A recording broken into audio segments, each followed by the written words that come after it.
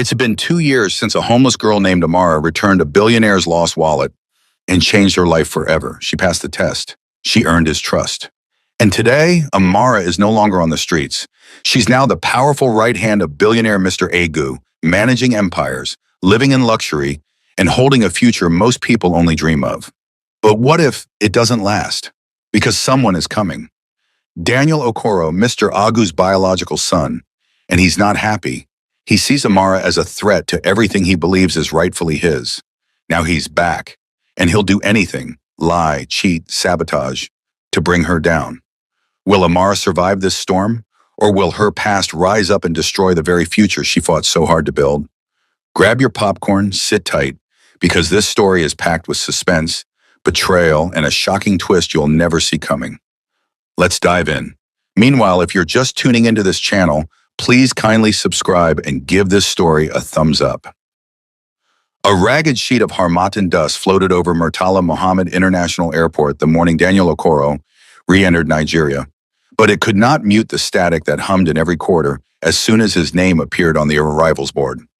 Daniel strode through customs like a man who owned the runway, feet in crocodile skin loafers, jacket of midnight velvet, sunglasses large enough to hide midnight thoughts. A paparazzo snapped a single flash. Daniel smiled the practiced smile of someone who had been both darling and disgrace of London's tabloids. He carried no luggage but a carry-on embossed with the initials D.O., because men like him believed the world was already carrying everything else they needed. Outside, his chauffeur awaited beside a black Mercedes Maybach. The driver bowed. "Welcome home, Oga Daniel." Daniel removed his glasses. Home? He let the word linger on his tongue like bitter wine. We'll see. 2 hours later, Ikoyi, Amara Rose Nwachukwu stood on the marble landing of number 12 Milverton Crescent, clutching a stack of reports to her chest. At 19, she had grown into her new world with astonishing speed. Power suit sharp, voice steady, eyes still hungry to do good. Yet a thread of restlessness tugged at her this morning, as if the mansion's air, usually scented with jasmine and quiet purpose, had thickened with an omen. Behind her, the double doors swung open. She turned and froze. The stranger ascending the steps looked carved from some expensive offense. Same angular cheekbones as Mr. Agu, same hawkish brows, but his smile bent like a scythe. 2 security men trailed him, hefting suitcases. Amara felt something primitive bristle inside her, the instinct a gazelle feels when the watering hole suddenly falls silent. Their eyes locked. His lingered cool, appraising. Then, dismissal. He brushed past her without a word, leaving only the faint scent of oud and jet fuel. Amara found Mr. Agu in the study, standing beneath the portrait of Mama Nkem, as if seeking counsel from his late mother's painted gaze. His shoulders looked heavier than usual. "Sir, there's a visitor." "I know," he said, voice flat. "My son has returned." Son. The syllable struck her like stray voltage. In 2 years of mentorship, Mr. Agu had never once mentioned a child. She had assumed his fortune had only board members and charitable foundations as heirs. Daniel sent no warning, Agu continued, seating himself yet not relaxing. But gossip travels faster than planes. He must have heard some rumors. Amara's heart kicked. She knew exactly which rumors. That the billionaire had drafted a new will naming a certain former street girl as principal beneficiary, not for the money but to solidify her control of the community impact arm that now stretched across 5 states. Mr. Agu had laughed those rumors off at breakfast last week, yet Lagos gossip was kerosene. One spark could set an empire ablaze. There was a knock. The door opened without permission. Daniel stepped in, sweeping his sunglasses onto his head. "Dad," the word balanced between affection and accusation. Mr. Agu rose slowly. "Daniel." They stared. 2 generations of iron wills clashing in silence. Daniel spread his arms as though the room were a camera. "Aren't you going to hug your only child?" "My child returns when my child repents," Agu replied. "Why are you here?" Daniel's grin tightened. "To come home. To change. You always said the door was open." "The door," Agu said, "leads into responsibility, not revelry." Amara felt invisible, yet Daniel's gaze flicked to her. "You must be the famous wallet girl." She bristled. Daniel chuckled. "London's buzzing about you." Dad's charity case turned golden girl. Congratulations. His compliment carried thorns. She inclined her head, voice calm. Welcome back, sir. Daniel turned to his father. You see, I can be civil. He clasped his hands dramatically. Give me one more chance, Dad. Agu's eyes narrowed. You squandered 40 million naira the last chance I gave you. You turned philanthropy into a publicity stunt. And I regret it, Daniel said softly, stepping closer. But if you've forgiven the streets, he jerked his chin toward Amara, maybe forgive your own blood. Agu exhaled, the weight of years etched into the lines around his mouth. Amara's chest tightened. She could feel his conflict like a storm cloud. She took a step forward.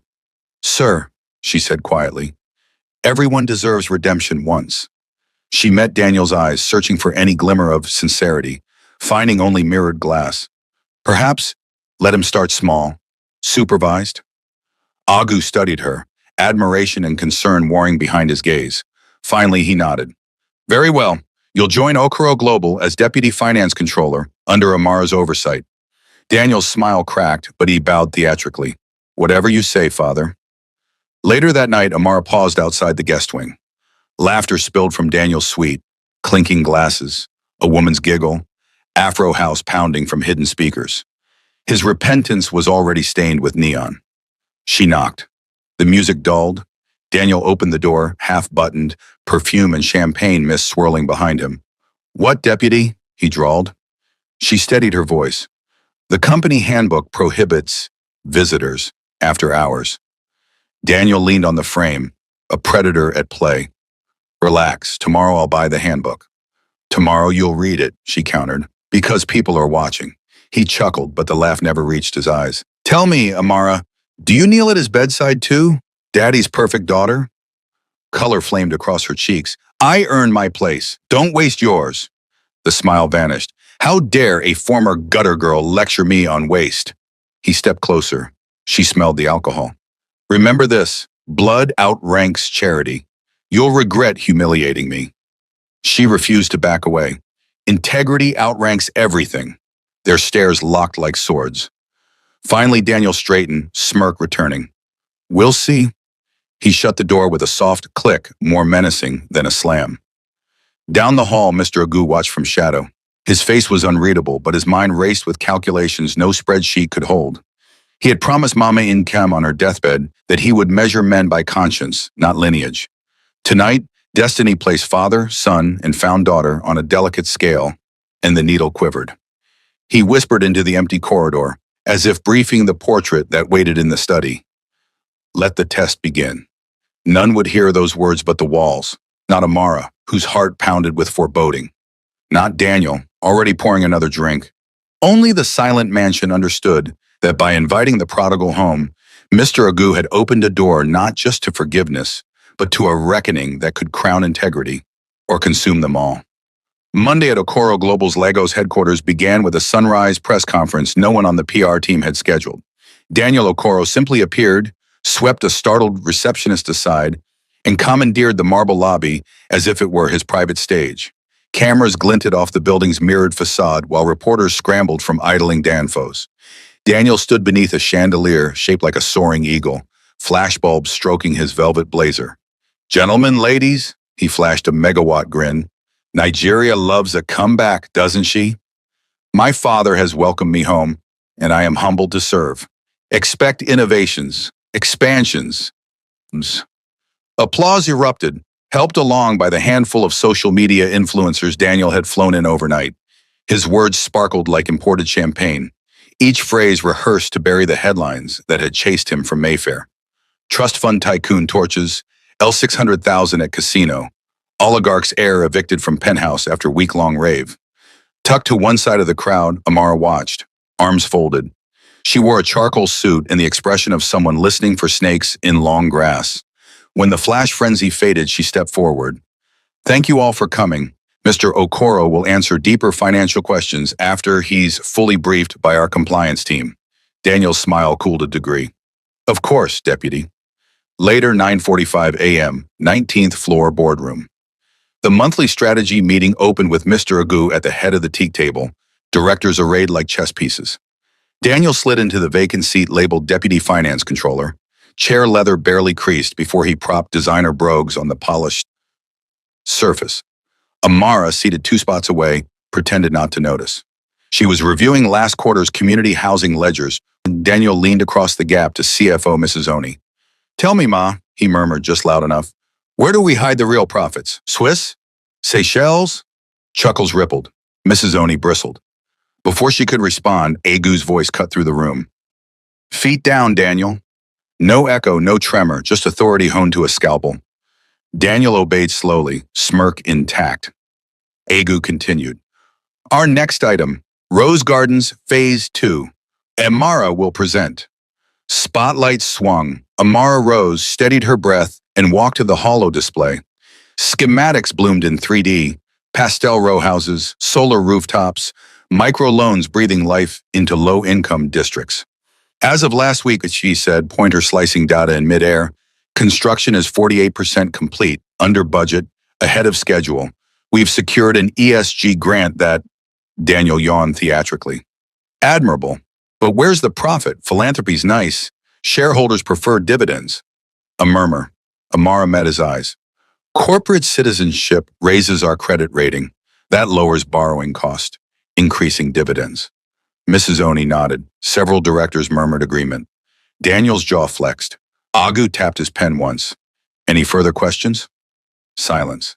Good. Meeting adjourned. Midweek, the masquerade begins.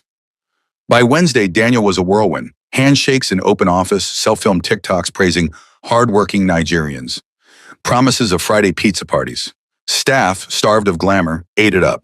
He installed a dartboard in the finance department, ordered neon beanbags, replaced the corporate screensaver with his own signature in gold cursive. But beneath the glitter, numbers began to bleed. Amara saw the first wound that afternoon while reconciling expense authorizations. An urgent payment of 18 million naira to Lagoon Renaissance Events. Coded strategy retreat. The retreat, she knew, was 3 months away and usually cost 1/10 of that. She walked straight to Daniel's glass-walled cubicle. He lounged, scrolling through an Instagram feed of yacht parties. "Daniel, this invoice, approved," he said, not looking up. "For what? We haven't booked a venue?" He clicked a video of women popping champagne. "Down payment, early bird discount." "Early bird?" Amar's voice sharpened. "Or early vulture?" He swiveled, smile thin as sheet ice. "Watch your tone. I'm finance oversight. My tone is company policy. We require 3 supplier quotations." Daniel rose, shutting the door. His voice dropped. "You think Dad gave you authority over me? You're a PR story with legs. I'm blood. Sign the payment." She met his stare, heartbeat drumming. "I won't." He leaned closer. "Then I'll make you wish you had." Thursday, 11:57 p.m. The hidden party from a borrowed janitor's key card. Amara slipped onto the 23rd floor observation deck, following bass that vibrated through concrete. She cracked the service door. Daniel's retreat deposit had materialized into a rooftop rave. Lasers slashing the night. DJs flown from Cape Town. Models lounging in infinity pool light. Waiters toted trays of caviar canapes. Lagoon Renaissance Events logos printed on napkins like taunts. Amara filmed 30 seconds on her work tablet. Blurred faces, Daniel popping Cristal, stacks of company cash peeled like plantain. Then she stepped back into darkness, heart splintered between outrage and foreboding. Friday dawn, an unexpected directive. At 7:00 a.m., Mr. Agu's personal assistant summoned Amara to the mansion. She arrived with eyes red from sleepless calculation. Agu stood in the courtyard garden, clipping white hibiscus. He didn't glance up. "You look troubled." She exhaled. "Sir, we need an audit of Daniel's costs now. Agu clipped another bloom. "Patience often reveals truth better than confrontation." "Sir, if we wait, there may be nothing left to save." Now he met her gaze, and the steel in his eyes startled her. "Do what your conscience requires. But remember, sometimes a building must lean before the engineer proves why its foundation matters." His words were a riddle she could not solve, yet obedience to conscience had carried her from gutter to boardroom. She would not betray it now. Friday, 4:05 p.m., seat of sabotage. The weekly finance team briefing convened in a smaller conference room. Daniel strolled nerfame, shalt in late, sliding a USB into the projector. Up flashed a gaudy slide deck titled Operation Phoenix, Rebranding for Profit. Step 1, he announced, freeze all community projects. Redirect spend to brand exposure, concerts, influencer partnerships, exclusive lounges. Murmurs, confusion, excitement.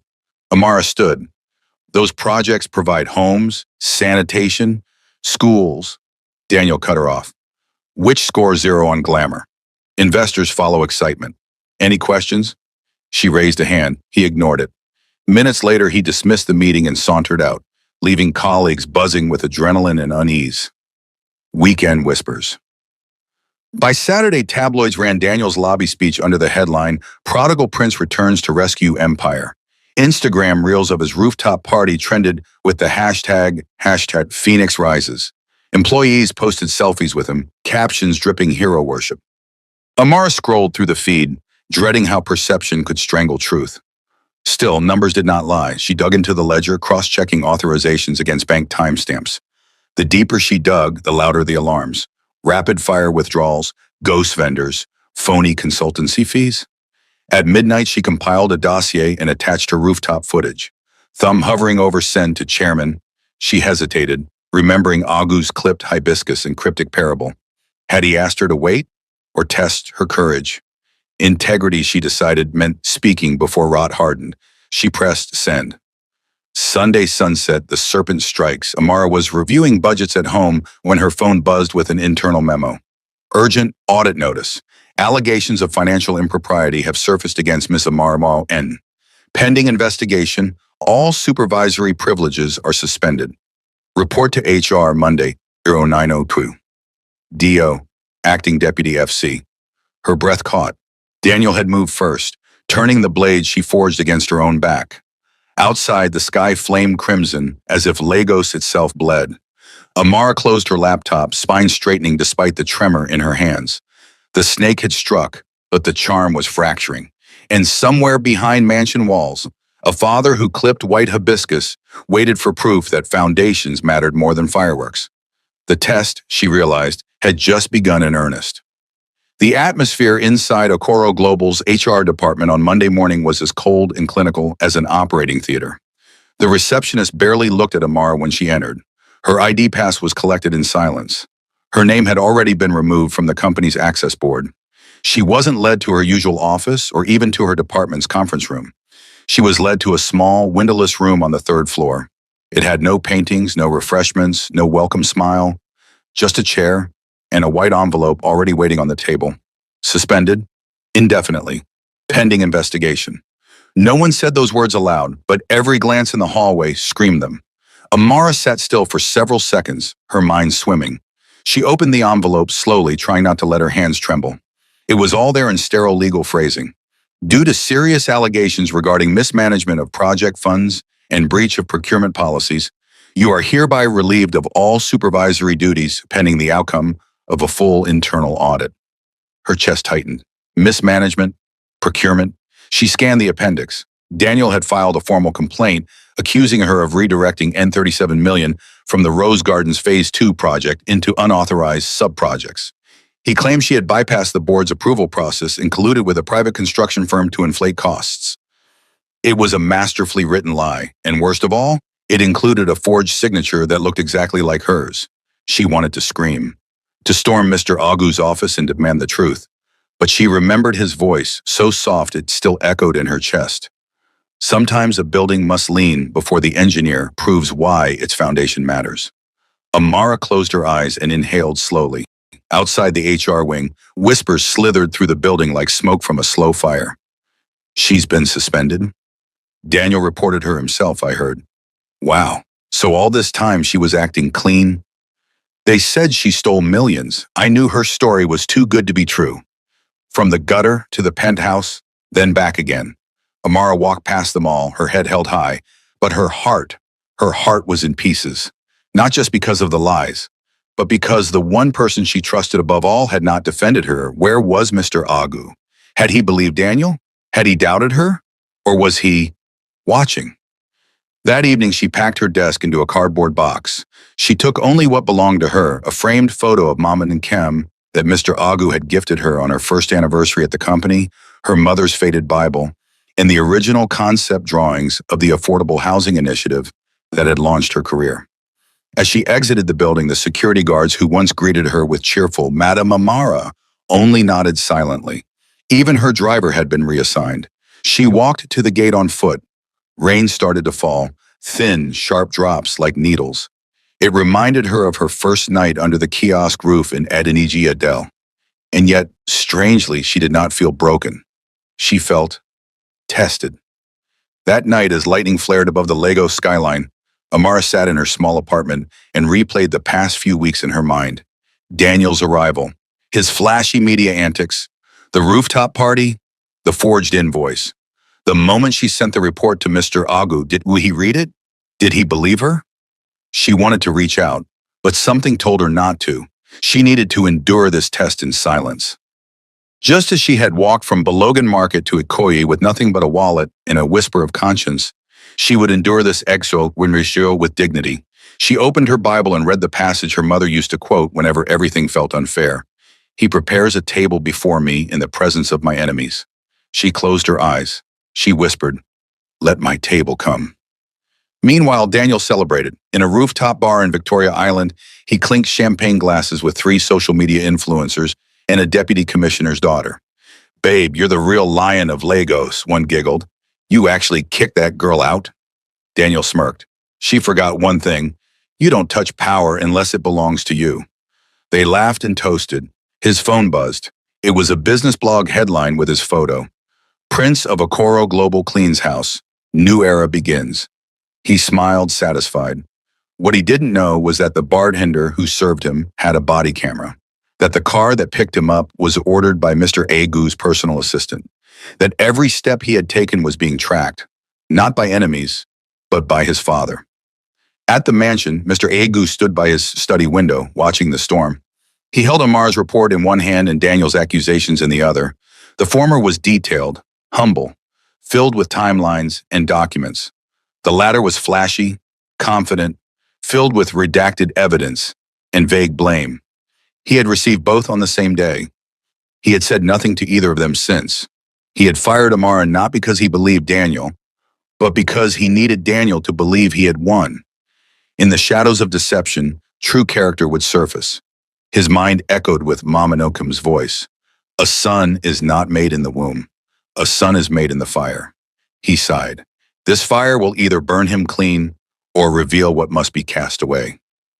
Amara didn't sleep that night, not because of fear, but because something in her spirit told her that silence was not absence, that pain was not abandonment, that truth, though slow, always rises. She sat at her window and wrote in her journal, "Integrity is not always vindicated immediately, but it is never forgotten." And as dawn broke over Lagos, Amara rose. She dressed sharply. She reviewed her own ledgers, and she began building the case that would clear her name, not just to the company, but to the world. Because when a snake sheds its skin in public, the world deserves to see what lies beneath. And this time, she would be ready. The elevator ride to the 25th floor felt like a descent into the underworld, though it was going up. Amara stood at the far end of the mirrored lift, arms folded tightly over her chest, her charcoal blazer pristine, but her spirit fraying at the seams. A junior staffer beside her stole glances, as if trying to decide whether to offer pity or stay silent. No one spoke. The ding of the elevator doors felt louder than it should. When they opened, a hush blanketed the executive floor, an eerie contrast to the usual buzz of Okoro Global's busiest morning hour. Everyone had heard the rumors. Today was Judgment Day. In the grand conference hall, the board of directors had assembled early, flanked by managers and department heads. A full media team was stationed at the rear. Daniel had insisted on transparency. He wanted an audience. Amara entered with quiet steps. No security flanked her. No allies trailed behind. She looked to the high table for a sign from Mr. Agu, but he was unreadable, stoic as ever, dressed in a dark blue caftan, fingers interlocked. Daniel, in contrast, lounged like a king beside him, wearing a tailored ash gray suit with lapels that shimmered slightly under the lights. He wore a smug grin that curled at the edges like burnt paper. Mr. Agu stood slowly, his deep voice slicing through the silence. "We are gathered today to address a matter of grave concern, Alleged financial misconduct under the Rose Gardens Phase 2 program. Cameras clicked. A few gasps. Amara stared straight ahead. Her face revealed nothing. As chairman, I must ensure the integrity of this company remains untarnished, no matter whose name is involved. He turned his head, just slightly, toward Amara. Ms. Amara Rose Nwachukwu, do you have anything to say before we proceed? A microphone was slid in front of her. She rose. Her palms were sweating, but her voice didn't betray it. Yes, sir. I will say only this. I did not steal from this company. Every naira I handled has been accounted for. I submitted a full report 2 weeks ago detailing fraudulent activities I witnessed. Activities which now seem to have been twisted against me. She looked Daniel in the eye. He blinked first. She turned back to the board. If integrity is still a currency here, then let it speak louder than accusation. A few directors nodded slightly. Others avoided her gaze. Daniel stood. I understand her desperation, he said with a mock sympathetic tone. She came from the streets. She's tasted luxury now. Maybe the temptation was too much. But we cannot let sentiment blind us to truth. He waved toward a large screen. Let's begin with evidence. A projector flashed. What followed was a well-crafted presentation. Invoices, emails, even bank transfers, all linked to Amara's name. Some were altered records. Others were taken out of context. All were lies, but they were lies dressed in data. Daniel narrated the slideshow himself like a courtroom prosecutor. Here we see 14.2 million naira wired to a private vendor with no known affiliation to the housing program. And here's the signature, her signature, identical to the one on her employment contract. Some heads turned toward Amara, some frowned. Others watched blankly, like spectators at a slow-motion accident. Daniel clicked to the final slide. Ladies and gentlemen, I wish it weren't true, but it's time we admit it. She's not who we thought she was. Silence fell like a blade.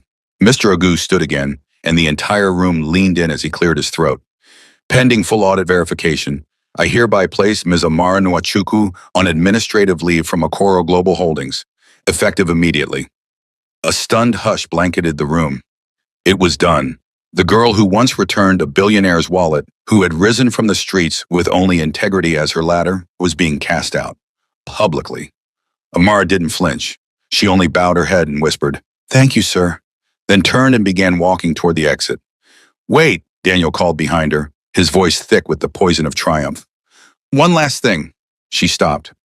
Daniel walked slowly up to her, microphone still clipped to his lapel. "You know," he said, not even pretending to be sincere now, "when you first arrived, everyone thought you were a miracle, a Cinderella story. But deep down, you were just like everyone else, grabbing what you could before the gate closed." Amara stared at him, her jaw set. Her eyes didn't blink. "You think you've won," she said softly, "but you only buried your own future." He leaned in closer. "Your future's already buried, sweetheart." He turned to the cameras. "Let this be a lesson to every fake Samaritan. Money changes people, even the so-called honest ones." The cameras caught it all. That evening, the news broke like thunder. Amara Nwachukwu suspended over alleged embezzlement at Okoro Global. From street to scandal, the rise and fall of the wallet girl. Daniel Okoro leads cleanup at Father's Empire. Social media was brutal. Knew she was too good to be true. All that story about returning a wallet was probably PR. Daniel for CEO jar, at least he's got style. But the ones that hurt most were silent. People Amara had mentored didn't speak up. Partners she'd fought for sent no texts. Even junior staff who once admired her didn't come forward. She was alone again, just as she had been under that kiosk 2 years ago. Only this time the fall was from much higher. But inside the mansion, another story was playing out. Mr. Agu sat alone in his study watching the footage again. Daniel's smugness, Amara's composure, the moment Daniel claimed she had changed. He hit pause. Amara's face filled the screen. Calm, steady, unbroken. He smiled faintly. She passed. Then he turned to a secure drawer in his desk, unlocked it, and removed a brown folder marked Phase 3, Final Test. Daniel Okoro. The real audit had already been conducted. The real records, the original invoices, all cataloged. The fake documents Daniel had submitted, all watermarked by a hired mole on Mr. Agu's payroll. Every lie was a seed, and Daniel had watered them generously. But still, the timing wasn't right. Not yet. Let him bask. Let the snake dance, thinking no one saw. Because when the final blow landed, it would land with thunder. In her apartment, Amara sat on her bed with her journal in her lap. The pain was deep, but the peace was deeper. She wrote only one sentence that night. Let him mock me today, for the truth has not yet spoken. And as Lagos flickered beneath her window, somewhere in the city's breathless night, destiny began to stir. Because you can fire a name from a company, but you cannot erase a name written in integrity. By the next morning, Daniel Okoro had transformed the scandal into a spectacle, and himself into a messianic figure of reform. His image flooded the media. Daniel Okoro, the son who saved Okoro Global. Wallet girl exposed, Okupin, chairman's son cleans house. Daniel read each headline with unfiltered pride, sipping champagne on his private balcony like a man who believed his own myth. The walls of his penthouse suite in Victoria Island echoed with laughter, bass music, and the clink of expensive glasses. 3 influencers live-streamed the moment he raised a toast. To power, he declared, raising his glass, and to the end of fairy tales. Lagos belongs to lions, not street girls with good sob stories. The girls giggled. His phone buzzed. Another news alert. Another quote from him, something he hadn't even said. It didn't matter. As far as the world was concerned, Amara was a fallen idol. And Daniel, he was reborn. At the office, Daniel wasted no time asserting himself.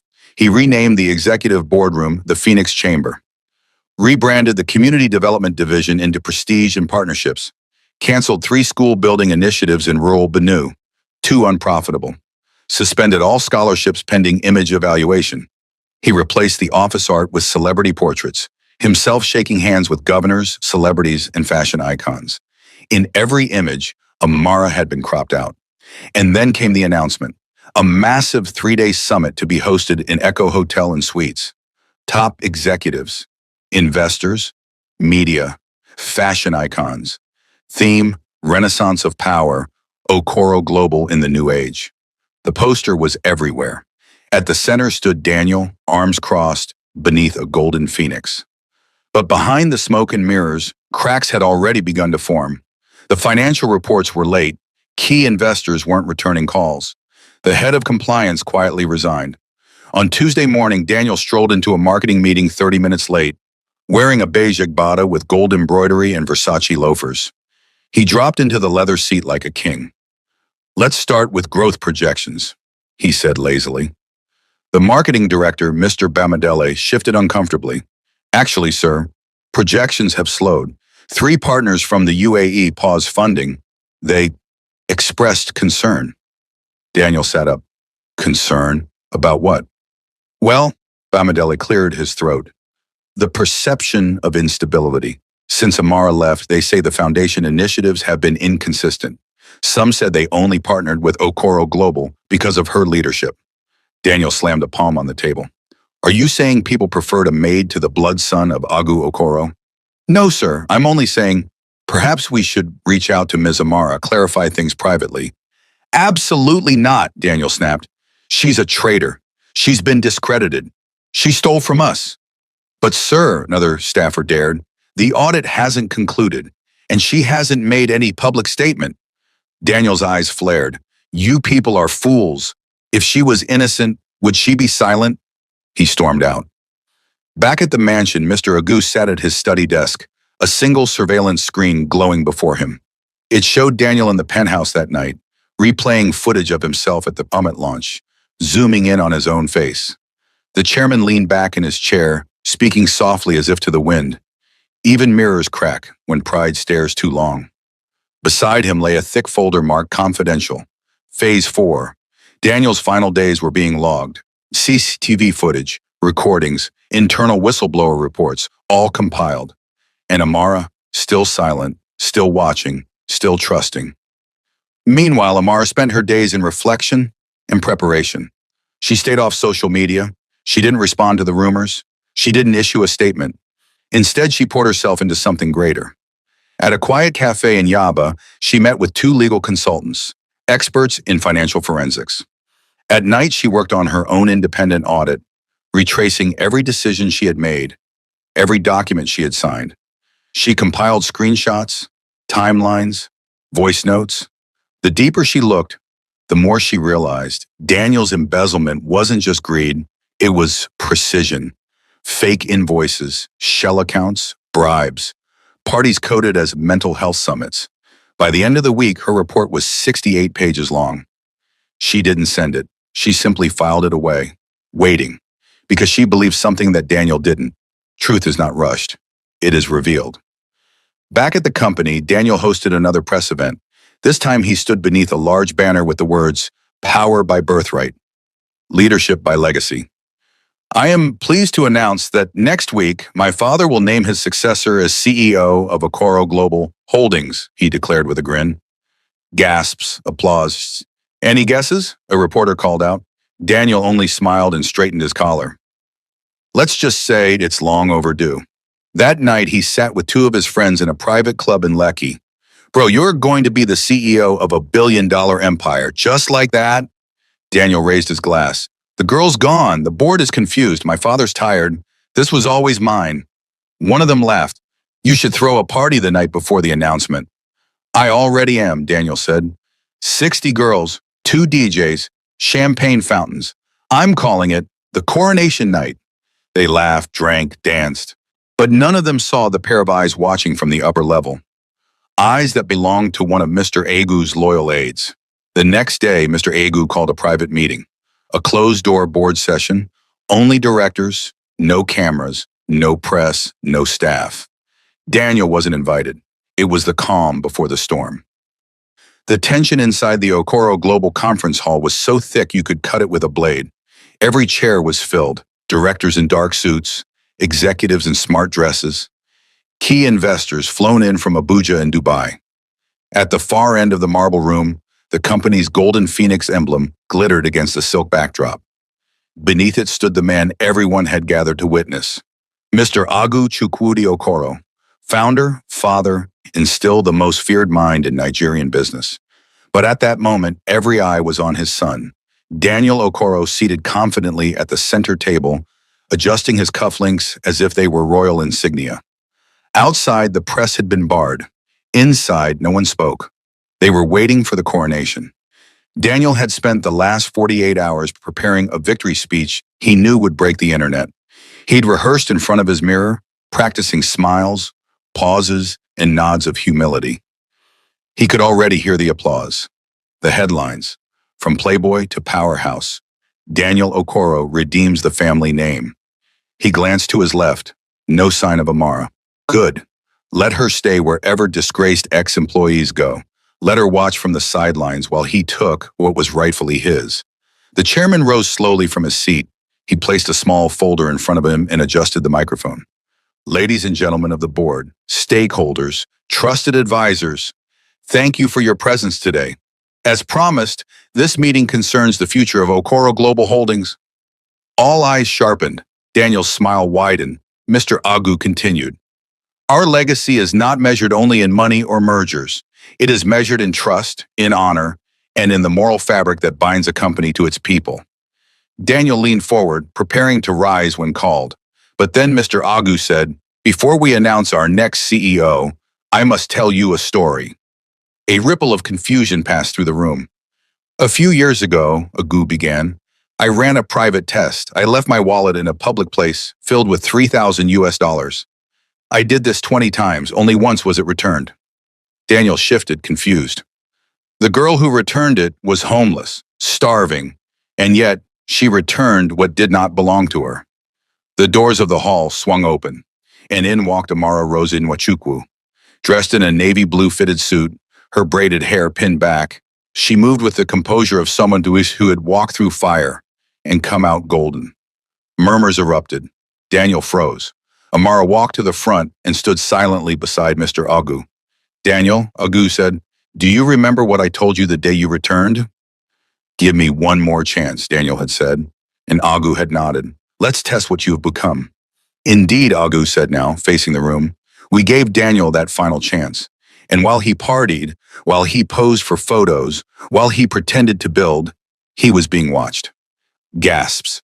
Board members glanced at each other. Amara laid a file on the table. Daniel stood abruptly. What is this? Mr. Agu didn't answer. Amara opened the file. This is a complete audit of Daniel's financial activities since his return. These pages include forged invoices, unauthorized wire transfers, shell company bribes, falsified project reports, and a full breakdown of how 149 million naira was siphoned and used on non-business related expenses, including nightclubs, escorts, and illegal crypto bets. Gasps became shouts. The chief legal officer looked stunned. The director of finance covered her mouth. You're lying, Daniel barked, stepping forward. This is revenge. You forged those documents. Amara calmly slid a flash drive into the projector. On the screen, footage played. Daniel laughing in a club. Daniel bragging to friends. Daniel signing a forged invoice. Daniel mocking Amara. And then a secret recording began to play. Daniel's voice. If she ever talks, I'll bury her. That wallet story, I'll rewrite it. My father's old. He'll give me the company eventually. All I need to do is discredit her and play obedient son. Dead silence. Daniel's face turned pale. Enough, Agu said quietly. He faced his son. I gave you a sword, and you turned it into a dagger. Dad, please, Daniel stammered, sweat dripping down his temple, but Agu didn't flinch. I warned you. This was your test. You failed. Daniel's voice cracked. You fired her. You believed me. Mr. Agu's voice turned steel. We never fired Amara. That was part of the test. She agreed to go silent, to suffer shame, for your sake. We wanted to see if you would rise, or destroy. Daniel looked to the board. You can't do this. I'm the heir. I'm your blood. Agu stepped forward. You may be my blood, Daniel, but you are not my legacy. He turned to the room. And that is why I hereby name Amara Nwachukwu as the new chief executive officer of Okoro Global Holdings. The room erupted. Some gasped, some clapped, others simply sat in awe. Amara didn't smile. She didn't gloat. She bowed her head slightly. This company will be led not by pride, Agu said, but by principle. Daniel backed away. You can't do this. I'll sue. I'll ruin you. Agu's voice dropped to a whisper. Try, and I'll have you arrested for fraud, and you know I have the proof. Daniel stood frozen. Then, realizing there was no rescue, no exit, no more lies to spin, he turned and stormed out, slamming the doors behind him.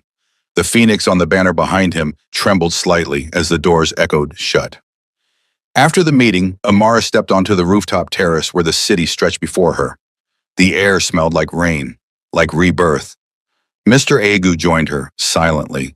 For a moment they said nothing. Then he spoke. You may not be my daughter by blood, he said, his voice heavy with emotion. But you are the child I wish I had. Amara's throat tightened. You believed in me, even when it looked like I failed. He placed a hand on her shoulder. You didn't fail. You endured. That's what true leaders do. They stood side by side as Lagos pulsed below, a city of noise and pride and broken promises. But above it all, two people stood, tied not by blood, but by loyalty, truth, and fire-tested trust. And in the heart of it, the girl once dismissed as a street orphan now held the keys to an empire she had never asked for, but had earned. The morning after the boardroom storm, Lagos awoke to a new narrative, one nobody saw coming. News broke like a thunderclap. Amara Nwachukwu appointed CEO of Okoro Global Holdings. Fall of the Phoenix, Daniel Okoro accused of fraud. The homeless girl who rose to power. Television anchors struggled to catch up. Radio hosts replayed snippets of the board meeting audio leaked from an anonymous source. The moment Daniel's voice was heard admitting he planned to rewrite Amara's story went viral within minutes. Even those who had once laughed at the wallet girl now whispered her name with awe. At the center of it all, Amara remained quiet. While the internet erupted, she sat alone in the CEO's private lounge, staring out at the lagoon, her hands wrapped around a warm mug of tea. Her face was calm, but her heart was a battlefield of emotions. She'd won, but it didn't feel like victory. Not yet. Meanwhile, Daniel Okoro was a prisoner in his own penthouse. His phones had stopped ringing. His friends had vanished like mist. Even the models who once lined up for his attention now ghosted him. He hadn't left the house since the meeting. Reporters were camped outside, drones flying overhead. waiting to catch a glimpse of the man who had tried to destroy the only woman who ever cared enough to plead on his behalf. He paced the living room, his mind unraveling. How? He muttered, over and over again. How did she flip it? How did she outplay me? He had underestimated her, not just her intelligence, but her resolve, her patience, her principles. He kicked over a chair and screamed. She was nothing, a stray, a charity case. But deep inside, where even he wouldn't admit it aloud, a different truth whispered, she deserved it. At Okoro Global, Amara called a closed meeting with the executive team. Gone were the days of marble podiums and self-congratulatory speeches. She stood in front of a simple whiteboard with 3 words written in bold black marker. Truth, people, purpose. I will not lead this company the way Daniel tried to, she began, and I will not be another cold CEO hiding behind glass walls. She looked each executive in the eye. You all saw me fall. Some of you stayed silent. Some believed lies. But I didn't come here today to punish you. I came to invite you to rebuild. Silence. A few eyes dropped. One of the directors, Mrs. Oni, who had doubted Amara just weeks earlier, spoke first. I was wrong, she said softly, and I want to help. Others nodded, and just like that, a new era began, not with a parade, but with quiet conviction. Later that afternoon, Mr. Agu summoned Amara to the mansion. She arrived in a navy dress, hair tied back, the same way she had the first time she stepped into his office as a newly discovered talent. But this time, the air felt different, weightier. He sat by the window overlooking the garden, wearing a simple caftan, no bodyguards, no assistant, just the fatherly man behind the empire. He gestured for her to sit. Daniel sent a letter, he said. Amara blinked. Apologizing? Agu chuckled dryly, defending himself, blaming everyone but himself. But in the final paragraph, he said something that surprised me. He pulled a folded sheet from his pocket and read aloud. I never hated her because she was poor. I hated her because she reminded me of who I used to be, before money poisoned me. Amara felt something ache in her chest. Will you arrest him? She asked. Agu was silent for a long time. I should, he said. He embezzled millions, deceived the board, nearly ruined this company. Amara waited. But I won't, he continued. Not because he deserves mercy, but because you deserve peace. Breathe. She didn't respond immediately. She only looked out the window at the same garden where Mr. Agu had once tested her. Let him go, she whispered. Let him live with what he almost destroyed. That's a prison deeper than any cell. Agu looked at her with admiration. You're a better person than I am. No, sir, she replied. I just remember what it felt like to be forgiven. They sat in silence. Then Mr. Agu stood and placed a small wooden box on the table. For you, he said. Amara opened it. Inside lay a key, ornate, bronze, antique-looking. It opens every door in this company, he said, smiling. Literally and symbolically. You're not just CEO now, Amara. He stepped forward and placed a hand over hers. Your family. The next day, Daniel quietly left Lagos. No farewell post, no camera crew, no final tantrum. Just a black SUV driving toward the airport. Destination unknown. But before he left, he mailed one item to the Okoro Global headquarters. It was his access card and a short note. Tell her she won, not because I lost, but because she never stopped being who she was. D.O.O. Amara read it alone in her office. She folded the note, locked it away, and whispered, Thank you. I needed that. Weeks passed. Amara's leadership began to bloom. She revived the paused housing projects, reinstated the scholarships, and created a new department focused on ethics and transparency, staffed by young people from underprivileged backgrounds. Staff morale returned, investors returned, even public confidence soared. And then came the most powerful moment yet. One morning, she was invited to speak at her old secondary school, the one she had been expelled from when she became homeless. She stood in front of hundreds of girls in green and white uniforms, many of them whispering in disbelief. That's the girl from the news. That's Amara. She used to be like us. Amara stepped onto the podium with tears in her eyes. She held up the very same Bible her mother had left her, the same one she carried when she walked the streets, hungry, barefoot, forgotten. This, she said, is all I had once. She paused. No house, no family, no one to believe in me. She looked up.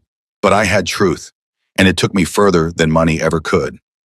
The students stood, applauding, cheering.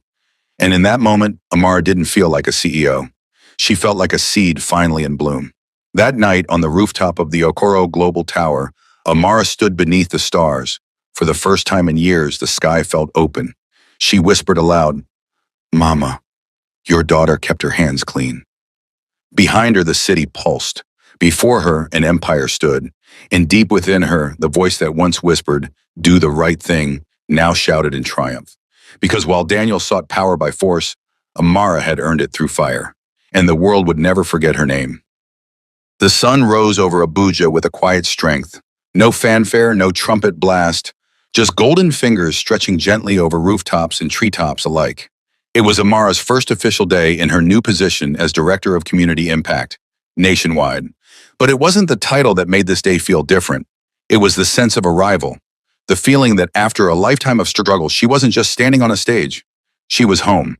The headquarters in Jabi had been refurbished in silence. The walls were no longer whitewashed and sterile. Now they bloomed with framed photographs of the lives Okoro Global had touched. Children in new school uniforms, widows holding house keys, boreholes erupting in desert towns. In the center of the entrance hall stood a simple marble plaque with Amara's name engraved beneath the company motto, "Integrity, Dignity, Change." She arrived before dawn, her navy blue blazer crisp, her hair braided in the same neat pattern she had worn the day she returned Mr. Agu's wallet.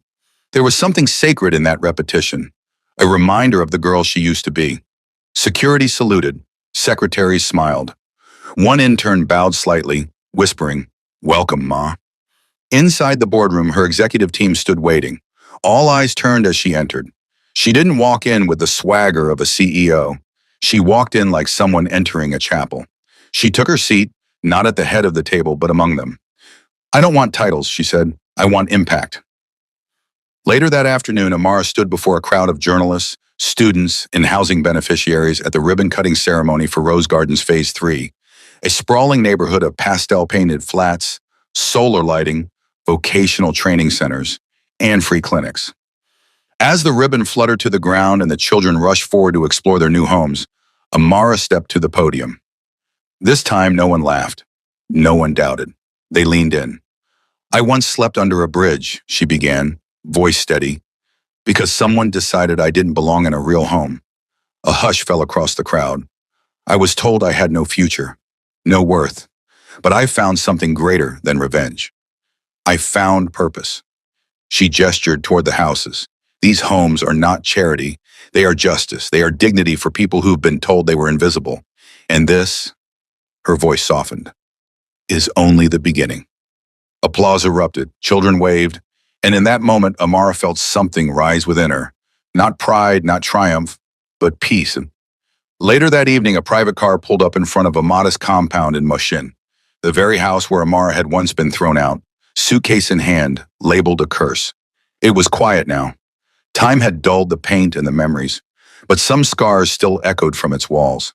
Inside, Nkechi, her former stepmother, lay on a mat, a shawl draped over her legs. Her face was sunken, her body frail. Illness had done what karma often couldn't, softened a hard spirit. She didn't expect the knock at the gate. When it came, she barely stirred. Until she saw her. Amara stepped in quietly, carrying a white envelope. Nkechi gasped, eyes wide, hand trembling. "Have you come to finish me?" she rasped. "No," Amara said calmly. "I've come to forgive you." Nkechi burst into tears. "I called you a witch. I told people you would die like your mother." Amara knelt beside her and took her hand. "You were wrong," she said softly. "But you were also broken." She opened the envelope. Inside was a medical referral to a private clinic and a bank check to cover full treatment. "No one deserves to die in pain," Amara said. "Not even those who once caused it." And with that, she stood and left. Back in Abuja, Amara returned to her flat, one of the company-owned residences Mr. Agu had gifted her. As she entered, the warm smell of vanilla and cedarwood greeted her. On the dining table lay a small wrapped box. There was no name, no note, just a velvet ribbon tied in a perfect knot. She opened it slowly. Inside was a brass key, elegant, old, and beautifully etched. She recognized it instantly. It was the master key. The same one Mr. Agu had once said opened every door in the company. She looked up. Standing in the doorway of her kitchen, wearing his usual quiet smile, was Mr. Agu. I had it polished, and he said, symbolic, of course. You've already opened doors that even I couldn't. She blinked back tears. You didn't have to come all this way. I did, he replied, because today marks a new season. He handed her a second envelope. Inside, documents confirming her appointment not just as Director of Community Impact, but as Vice Chair of the Okoro Global Foundation. She stared at him, stunned. This is everything. He nodded. No, Amara, this is only the beginning. Later that night, Amara stood on her balcony. The Abuja skyline sparkled like constellations stitched into the fabric of her life. Below, the streets buzzed with music, dance, and promise. She opened her old journal, the one she used to write in when she had nothing. She flipped to the last page, wrote in careful strokes, I didn't keep the money. I didn't lose my soul. And now the world knows what Mama always told me. That clean hands might be empty for a while, but they never stay empty forever. She closed the book. Then she looked up at the stars. They were no longer distant. They were reflections of her own light. As the credits of the story roll silently in the reader's heart, a lone girl in tattered clothes walks down a dim street in Lagos. She sees a small wallet lying on the ground. Her eyes widen. She picks it up slowly, opens it. Stacks of dollars, a business card, Okoro Global Holdings' director, Amara Nwachukwu. She looks around. No one is watching. She hesitates. Then, with a trembling hand, she walks toward the nearest police post and says, Please, I want to return this. The cycle begins again, and Amara's legacy, one of the truth, honor, and unseen heroes, continues. Moral of the story. Power may be inherited, but legacy is earned, and the hands that return what isn't theirs will one day hold what the world never believed they could, because character, once planted, bears fruit no storm can destroy. I hope you enjoyed this story. Please share your thoughts and tell us what learned in the comment section. We would be very glad to read them. And guess what? There is another powerful educative story coming up in a few days. So please subscribe to this channel and turn on your notifications bell so you'll be the first to watch when we upload it. If you enjoyed this story, don't forget to hit the like button and share with your family and friends. Thank you so much for watching. God bless you.